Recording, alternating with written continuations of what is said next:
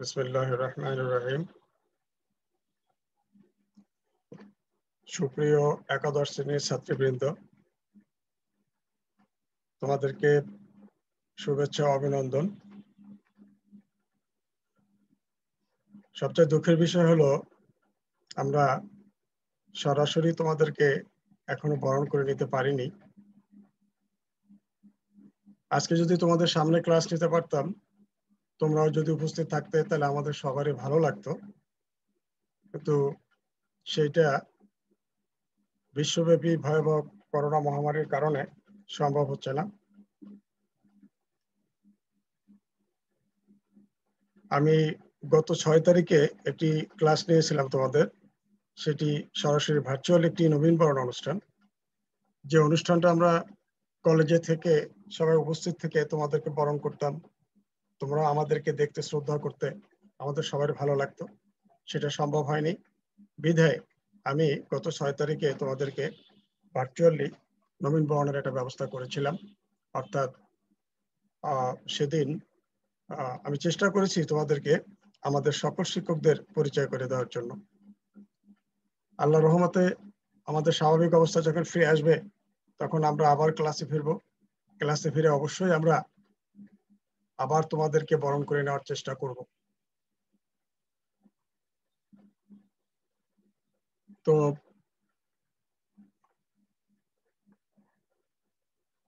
আজকে তোমাদের দ্বিতীয় ক্লাস। আজকে সরাসরি আমরা অর্থাৎ পাঠ্যে চলে আসলাম। গত ক্লাসে শুধুমাত্র শিক্ষকদের পরিচিতি, কলেজ সম্পর্কে কিছু পরিচিতি, তোমাদেরকে অনলাইনে বরণ করে নেওয়ার চেষ্টা করেছি। আজকে তোমাদেরকে ক্লাস। তো আমরা আশা করব তোমরা সবসময়ের জন্যই ক্লাসে উপস্থিত থাকবে। ক্লাসে উপস্থিত যদি তোমরা না থাকো, অর্থাৎ তোমরা অন্তত ভিডিও ক্লাসগুলো যদি না দেখো, তাহলে কিন্তু তোমরা তেমন কিছু বুঝতে পারবে না। সকল শিক্ষকরাই কিন্তু অনলাইনে ক্লাস নিচ্ছেন। বেশ আগের থেকেই কিন্তু আমরা ক্লাস নিচ্ছি, শুধু তোমাদের ক্লাস তা না, দ্বিতীয় বর্ষের ক্লাস নিচ্ছি আমরা। এপ্রিল মাস থেকে আমরা শিক্ষকরা ক্লাস নিচ্ছি।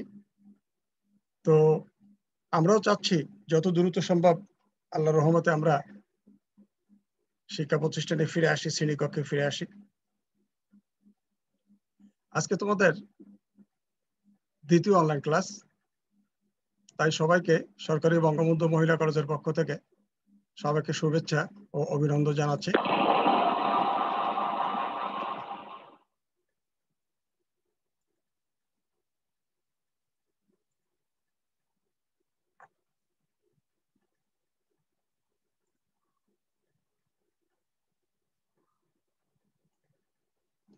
সবাইকে সরকারি বঙ্গবন্ধু মহিলা কলেজের পক্ষ থেকে অনলাইন ক্লাসে স্বাগতম, শুভেচ্ছা, অভিনন্দন। তোমরা আমার পক্ষ থেকে, অর্থাৎ আমি আইসিটি স্যার, আমার পক্ষ থেকে তোমরা সবাই অভিনন্দন গ্রহণ করো।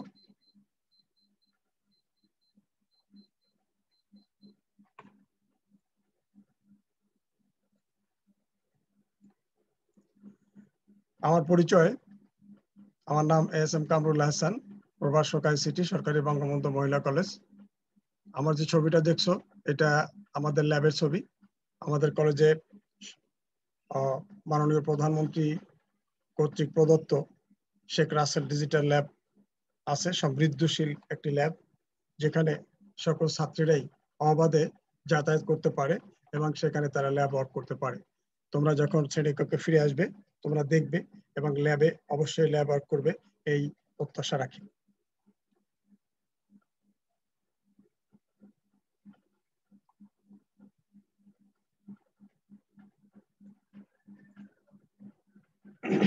বিষয় পরিচিতি।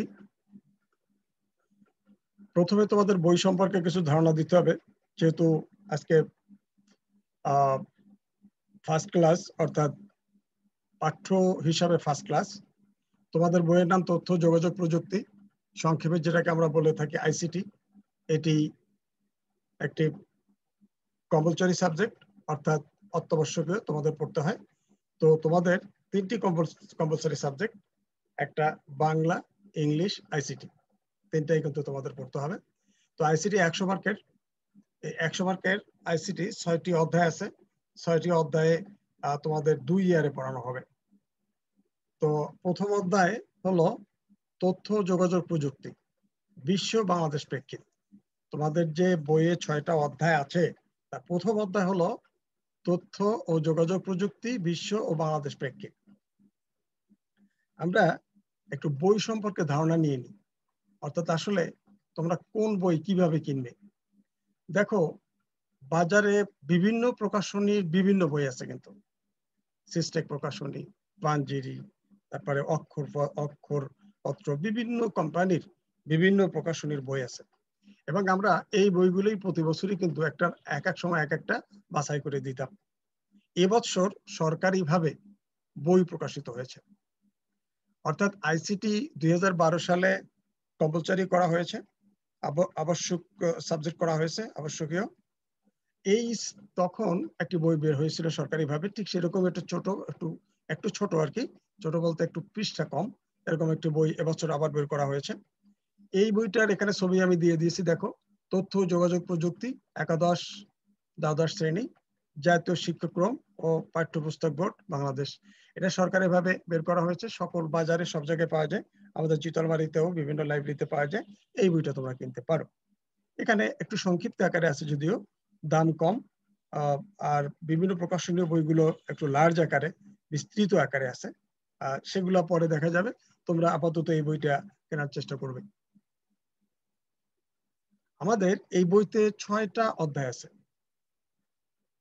তো প্রথম অধ্যায় হলো তথ্য যোগাযোগ প্রযুক্তি বিশ্ব বাংলাদেশ প্রেক্ষিত, দ্বিতীয় অধ্যায় কমিউনিকেশন সিস্টেম ও নেটওয়ার্কিং, তৃতীয় অধ্যায় সংখ্যা পদ্ধতি ও ডিজিটাল ডিভাইস, চতুর্থ অধ্যায় ওয়েব ডিজাইন পরিচিতি এবং HTML, পঞ্চম প্রোগ্রামিং ভাষা, ষষ্ঠ ডেটাবেস ম্যানেজমেন্ট সিস্টেম। 6টা অধ্যায়। তো ফার্স্ট অধ্যায়, আজকে যে ফার্স্ট অধ্যায় আমরা পড়ব, এই ফার্স্ট অধ্যায়ে বেশ কয়েকটা টপিকস আছে।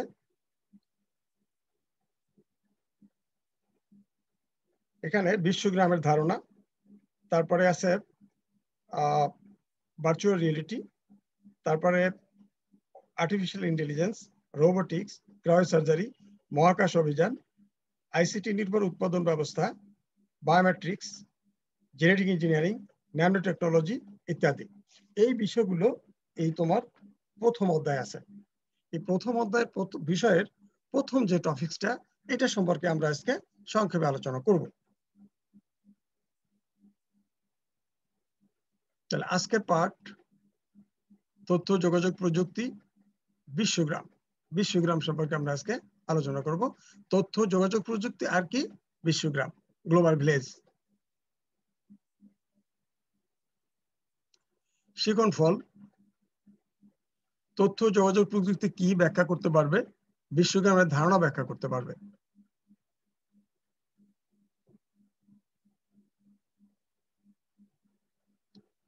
তাহলে আমরা দেখি, প্রথমে এখানে একটু আলোচনা আছে, দেখো।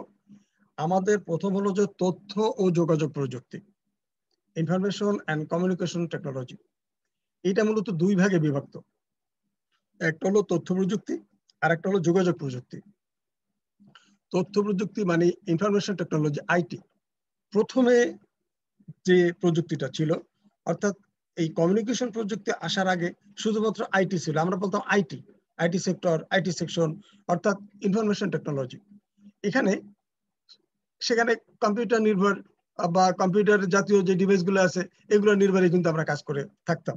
তখন বিতরণ বা সারা পৃথিবীব্যাপী এটাকে আদান প্রদানের ব্যাপারটা কিন্তু অতটা ছিল না, যার জন্য ওটা শুধুমাত্র আইটির মধ্যে সীমাবদ্ধ ছিল। তথ্য আহরণ, সংরক্ষণ, প্রক্রিয়াকরণ ও বিতরণের সাথে সংশ্লিষ্ট প্রক্রিয়া ও ব্যবস্থাকে তথ্য প্রযুক্তি বলা হয়। মূলত প্রথমে যে ব্যাপারটা ছিল, সেটা হলো আমরা কোনো তথ্য তৈরি করতাম, অর্থাৎ আমরা উপত্য দিয়ে তথ্য তৈরি করতাম প্রক্রিয়াকরণের মাধ্যমে কম্পিউটারে। এটাই হলো আইটি। এটা অনেক বিশাল ব্যাপার ছিল। এখন কমিউনিকেশন ওর সাথে যোগ হওয়ার পরে এটা আরো বিশাল হয়ে গেছে, মানে কি বলে, সারা পৃথিবীব্যাপী মানুষের কাছে এটা এখন প্রচুর গ্রহণযোগ্যতা পেয়েছে। তাহলে যোগাযোগ প্রযুক্তি কি?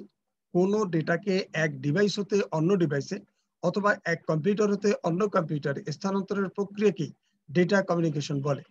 আর ডেটা কমিউনিকেশন ব্যবস্থার সাথে সংশ্লিষ্ট প্রযুক্তিকে যোগাযোগ প্রযুক্তি বা কমিউনিকেশন টেকনোলজি বলা হয়।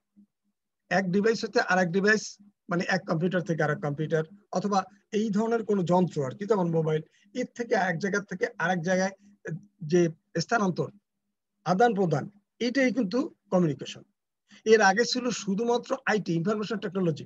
আমরা উপত্য দিয়ে তথ্য প্রক্রিয়াকরণের মাধ্যমে তথ্য তৈরি করতাম, সেটা সীমিত আকারে আমরা হয়তো বিতরণ করতাম। এটা কমিউনিকেশনটা অ্যাড হওয়ার পরে যারা সারা পৃথিবী ব্যাপী যখন আমরা আদান প্রদান করতে পারছি, তখন এটা হলো কমিউনিকেশন টেকনোলজি। তাহলে তথ্য যোগাযোগ প্রযুক্তি, ইনফরমেশন অ্যান্ড কমিউনিকেশন টেকনোলজি, বাংলাদেশের তথ্য যোগাযোগ প্রযুক্তি নীতিমালা 2009 অনুসারে তথ্য যোগাযোগ প্রযুক্তির সংজ্ঞা হলো যে কোনো প্রকারের তথ্যের উৎপত্তি, সংরক্ষণ, প্রক্রিয়াকরণ, সঞ্চালন এবং বিচ্ছুরণে ব্যবহৃত সকল ইলেকট্রনিক প্রযুক্তিকে তথ্য যোগাযোগ প্রযুক্তি বলে। তাহলে আবার একটু দেখো ব্যাপারটা, কথাটা কি বলছে, যে কোনো প্রকারের তথ্যের উৎপত্তি, মানে উৎপত্তি তথ্য তাকে তৈরি করতে হবে, মানে যেটাকে প্রক্রিয়াকরণ বলে, এটাকে সংরক্ষণ করতে হবে, এটাকে প্রক্রিয়াকরণ করতে হবে, সঞ্চালন করতে হবে, বিচ্ছুরণ মানে এক জায়গা থেকে আরেক জায়গায় আদান প্রদান, এটা, এই কাজগুলো করার জন্য যে সকল ইলেকট্রনিক প্রযুক্তি ব্যবহার করা হয়, এটা হলো তথ্য যোগাযোগ। তাহলে আমরা তথ্য যোগাযোগ প্রযুক্তির দুইটা ভাগ পেলাম, একটা হলো তথ্য প্রযুক্তি আর একটা যোগাযোগ প্রযুক্তি। তথ্য প্রযুক্তি মানে আইটি, ইনফরমেশন টেকনোলজি, উপত্যর মাধ্যমে তথ্য প্রক্রিয়াকরণ করা, আর যোগাযোগ প্রযুক্তি হলো এক জায়গা থেকে আরেক জায়গায় তথ্য অবাধে আদান প্রদান করার ব্যবস্থা। এই দুইটা মিলে হলো তথ্য যোগাযোগ প্রযুক্তি। চলো আমরা একটু সামনে গিয়ে দেখি, কিছু ছবি লক্ষ্য করো, ছবি দেখো,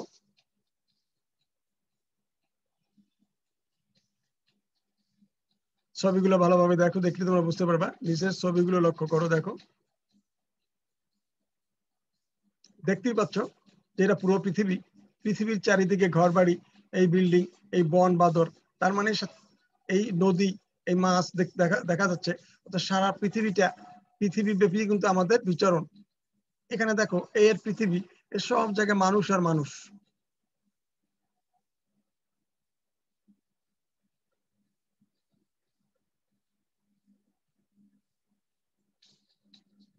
দেখো আর একটা পৃথিবী, একটা ছবি, কি দেখা যাচ্ছে, জানালা দিয়ে একজন আর একজনের কাছে হাত বাড়াচ্ছে, হাত থেকে নিচ্ছে, এখান থেকে কেউ টেলিস্কোপ দিয়ে দেখছে, এখান থেকে আঙ্গুল দিয়ে দেখা দিচ্ছে, এখানে মোবাইল সদৃশ একটু ওয়্যারলেস দ্বারা কথা বলছে, এখানে অনুবক্ষণ যন্ত্র দ্বারা পরীক্ষা নিরীক্ষা করছে, এখানে লিখছে, এই আদান প্রদান, এখানে এই যে বোর্ডে ক্লাস নিচ্ছে, কথা বলছে, ইত্যাদি ইত্যাদি। তার মানে কি, অর্থাৎ বর্তমানে এক জায়গা থেকে আরেক জায়গায় মানুষ খুব সহজেই এখন যোগাযোগ করতে পারছে। সেটাই বুঝাতে চেয়েছে এখানে, যে একজন আরেকজনের সাথে যে কত দ্রুত, কত ভাবে সে আদান প্রদান করতে পারছে, এইটাই সে এখানে ছবির মাধ্যমে এখানে দেখানোর চেষ্টা করা হচ্ছে।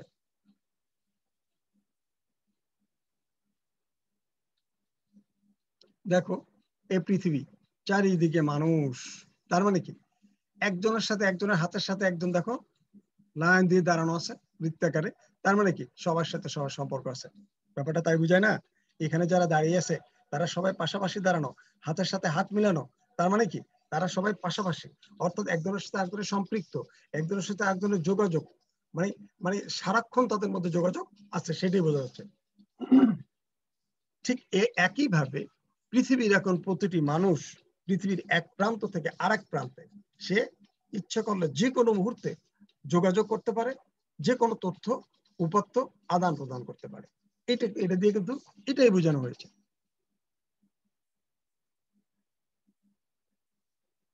দেখো এখানে তথ্য প্রযুক্তির একটু সংক্ষেপে এখানে একটু বলা হয়েছে। দেখো, তথ্য প্রযুক্তি হচ্ছে তথ্য ব্যবস্থার সাথে সংশ্লিষ্ট প্রযুক্তি, আর যোগাযোগ প্রযুক্তি হচ্ছে ডেটা কমিউনিকেশন ব্যবস্থার সাথে সংশ্লিষ্ট প্রযুক্তি।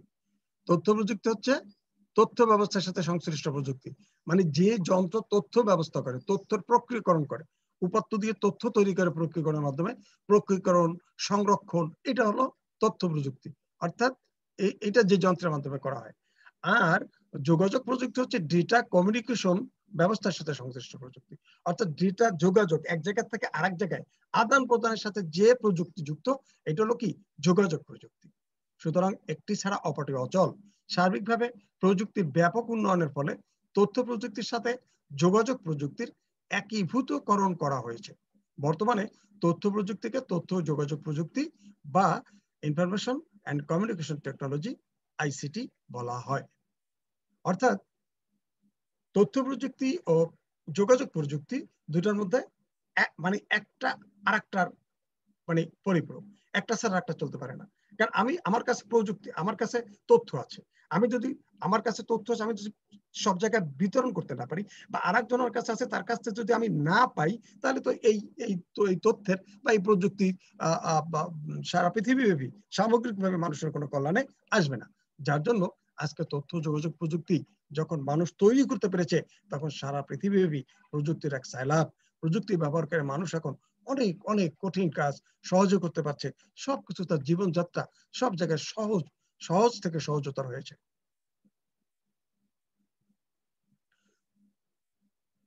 তথ্য প্রযুক্তির কাজ হচ্ছে ডেটাকে সংগ্রহ করে ইনফরমেশন তৈরি করা। ডেটা কি? উপাত্ত। ডেটা বোঝো তো? উপাত্ত। অর্থাৎ আমরা একটা শব্দ বললাম, এটা একটা উপাত্ত, একটা ছবি একটা উপাত্ত, একটা অক্ষর একটা উপাত্ত, একটা সংখ্যা একটা উপাত্ত। এইগুলোকে সাজানোর পরে, এগুলোকে সুনির্দিষ্ট নিয়মে সাজানোর পরে অর্থাৎ প্রক্রিয়াকরণের পরে হয় তথ্য। তাহলে তথ্য প্রযুক্তির কাজ হচ্ছে ডেটাকে সংগ্রহ করে ইনফরমেশন তৈরি করা, অর্থাৎ তথ্য তৈরি করা। আর যোগাযোগ প্রযুক্তির কাজ হচ্ছে ইনফরমেশন বা তথ্যকে এক স্থান থেকে অন্য স্থানে সঠিকভাবে সঠিক সময়ে স্থানান্তর করা। চমৎকার কথা। দেখো, এটাই কিন্তু আমাদের এখন দরকার, এবং আমরা কিন্তু এই সুবিধাটাই কিন্তু সারা দুনিয়াব্যাপী আমরা এখন পাচ্ছি। অর্থাৎ একজনের উপাত্ত দ্বারা তথ্য তৈরি করছে, এই তথ্যগুলো এক জায়গা থেকে আরেক জায়গায় সুনির্দিষ্ট ব্যক্তি যার দরকার, যেখানে পাঠানোর প্রয়োজন, সঠিক সময় সঠিক নিয়মে সেখানে আমরা আদান প্রদান করতে পারছি। বিশাল এক সুবিধা সারা পৃথিবীর মানুষ এখন পাচ্ছে। এটা হলো তথ্য প্রযুক্তির কাজ।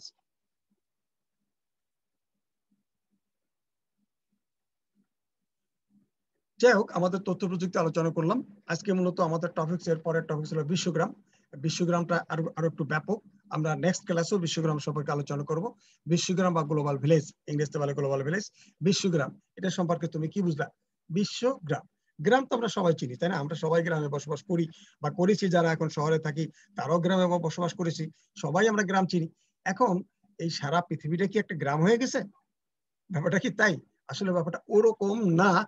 এই সারা পৃথিবীটাই একটা গ্রাম হয়েছে, ভার্চুয়ালি গ্রাম হয়েছে, কাল্পনিক গ্রাম হয়েছে। অর্থাৎ আমরা গ্রামে যদি বাস করি, তুমি এটা খেয়াল করে দেখো, গ্রামে যারা বাস করে এক বাড়িতে অনেকগুলো মানুষ থাকে, সবার সাথে সবার যোগাযোগ থাকে। পাশের বাড়ির লোক, তার পাশের বাড়ি, তার পাশের বাড়ি, অর্থাৎ পুরো গ্রামটা, একটা গ্রামে যারা আছে, এক গ্রামের মাথার একজন লোক, ওই গ্রামের মাথার একজন লোক কিন্তু শেষ মাথার একজন লোকের সাথেও কিন্তু তার পরিচয়, যোগাযোগ থাকে। মনে করো রাত ৩টার সময় তার কোনো একটা সমস্যা হয়েছে বা কোনো প্রয়োজনে তার এই গ্রামের শেষ বাড়ির একটু লোকের তার দরকার, তখন কি তাকে সে খুঁজে পাবে না? অবশ্যই পাবে। তখন সে বাসাতে বেরোয়, সে হাঁটতে হাঁটতে বা দৌড়তে দৌড়তে তার বাড়িতে চলে যাবে। কারণ দূরত্বটা, একটা গ্রামের দূরত্বটা এরকমই যে ইচ্ছা করলেই মানুষ হেঁটে সেখানে চলে যেতে পারে। সেখানে গিয়ে তার বাসার থেকে ডেকে তারা ডেকে আনবে, তারপরে তার যা প্রয়োজন তার কাছে বলবে বা কথা বলবে বা শুনবে। তাহলে এটা তো সম্ভব। তার মানে কি, একটা গ্রামের মধ্যে যদি মানুষ থাকে, সেই গ্রামের মানুষের সাথে যেভাবে সম্পৃক্ত, যেভাবে তারা যোগাযোগ যখন খুশি তখন করতে পারে, ঠিক সেইভাবেই সারা পৃথিবীটা কিন্তু এখন ওইভাবে হয়েছে। যেটা এখন থেকে, মনে করো আমার কথাই বলি, আমি যখন স্টুডেন্ট, অর্থাৎ এসএসসি তোমার স্কুলে পড়ি অথবা ইন্টারমিডিয়েট পড়ি, তখনও কিন্তু আমি এই ব্যবস্থা কিন্তু আমি পাই নাই বা আমি কিন্তু তেমন জানতামও না। পরে জেনেছি, ইন্টারমিডিয়েট পাস করার পরে কিন্তু আমি কম্পিউটার হাত দিয়েছি। যাই হোক, তখন জেনেছি, তখনও কিন্তু হাত দিলেও তখনও সারা পৃথিবীব্যাপী এত দ্রুত যোগাযোগ করার ব্যবস্থা কিন্তু ছিল না। মনে করো এখন থেকে ৩০ বছর আগে বাংলাদেশের মানুষ কিন্তু এরকম তেমন কোনো যোগাযোগ করতে পারতো না, কল্পনাও করতে পারে নাই যে এরকম একটা ব্যবস্থা আসবে। সারা পৃথিবীর মানুষের সাথে রাত ৩টার সময়, ৪টায়, ৫টায়, যখন খুশি তখন সে যোগাযোগ করতে পারবে, এরকম প্রযুক্তির ব্যবস্থা আসবে। এটা কিন্তু মানুষ তখন, আমরা অন্তত বাংলাদেশিরা ভাবতেও পারিনি। আজকে যেটা আমরা, সেই সময়ের মানুষরাই কিন্তু এখন প্রযুক্তি নিয়ে আমরা কাজ করছি। যখন প্রযুক্তির কথা চিন্তাও করতে পারিনি যে এরকম অবস্থা হবে, সেই মানুষরাই আমরা এখন প্রযুক্তির সম্পূর্ণভাবে প্রযুক্তির উপকার নিচ্ছে, প্রযুক্তি আমরা ব্যবহার করছি। গ্লোবাল ভিলেজ হচ্ছে এমন একটি পরিবেশ যেখানে পৃথিবীর সকল মানুষই একটি একক সমাজে বসবাস করে এবং ইলেকট্রনিক মিডিয়া ও তথ্য প্রযুক্তি ব্যবহারের মাধ্যমে একে অপরকে সেবা প্রদান করে থাকে। ব্যাপারটা বুঝতে পেরেছো? গ্লোবাল ভিলেজ মানে কি? বিশ্বগ্রামটা হচ্ছে এমন একটা পৃথিবী যেখানে পৃথিবীর সকল মানুষ একটা সমাজে বসবাস করে। যেমন একটু আগে আমি বললাম, একটা গ্রামের মধ্যে আমরা যারা বসবাস করি, আমরা ইচ্ছা করলে একজনের সাথে যোগাযোগ করতে পারি। তাতে আমার মোবাইল লাগে না, তাতে কিছুই লাগে না, ফোনও লাগে না। দূরতে দূরতে গিয়ে তার সাথে কথা বলতে পারি, তার সাথে যোগাযোগ করতে পারি, তাতে আমার এমন কোনো সমস্যা হয় না। কিন্তু এইটা সারা পৃথিবীব্যাপী যোগাযোগ করা যে কোনো সময়, এটা কিন্তু একটা কল্পনাতীত ব্যাপার ছিল এখন থেকে 30-40 বছর আগে। অন্তত আমরা বাংলাদেশি, এদেশের মানুষরা চিন্তাও করতে পারিনি। যেটা আমি আমার বাড়ির পাশে বা আমার ঘরের পাশের ঘরের লোককে যেভাবে ডেকে আমি যে কোনো সময় নিতে পারি, ঠিক পৃথিবীর যে কোনো প্রান্তের একটা মানুষকে আমি মোবাইলটা তুলেই তার সাথে যখন তখন কথা বলতে পারি। তাহলে আমার পাশের ঘরের মানুষ বা আমার একই গ্রাম পাশের বাড়ির মানুষ বা একই গ্রামের মানুষ আর সারা পৃথিবীর মানুষ একই হয়ে গেল না? সেই দৃষ্টিতেই বলা হয় যে বিশ্বগ্রাম বা গ্লোবাল ভিলেজ, অর্থাৎ এটাকে একটা ভার্চুয়ালি গ্রাম হিসেবে কল্পনা করা হয় এবং সেভাবেই ব্যবহার করা হয়।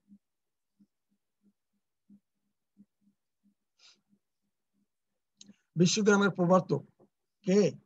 কে বিশ্বগ্রামের প্রবর্তক? কে এই কথা বলেছিলেন প্রথম? কানাডিয়ান লেখক মার্শাল ম্যাকলুহান প্রথম বিশ্বগ্রাম বা গ্লোবাল ভিলেজ শব্দটিকে সকলের সামনে তুলে ধরে একে জনপ্রিয় করে তোলেন। এই যে কথাগুলো আরো একটু ব্যাপক আলোচনা করা দরকার।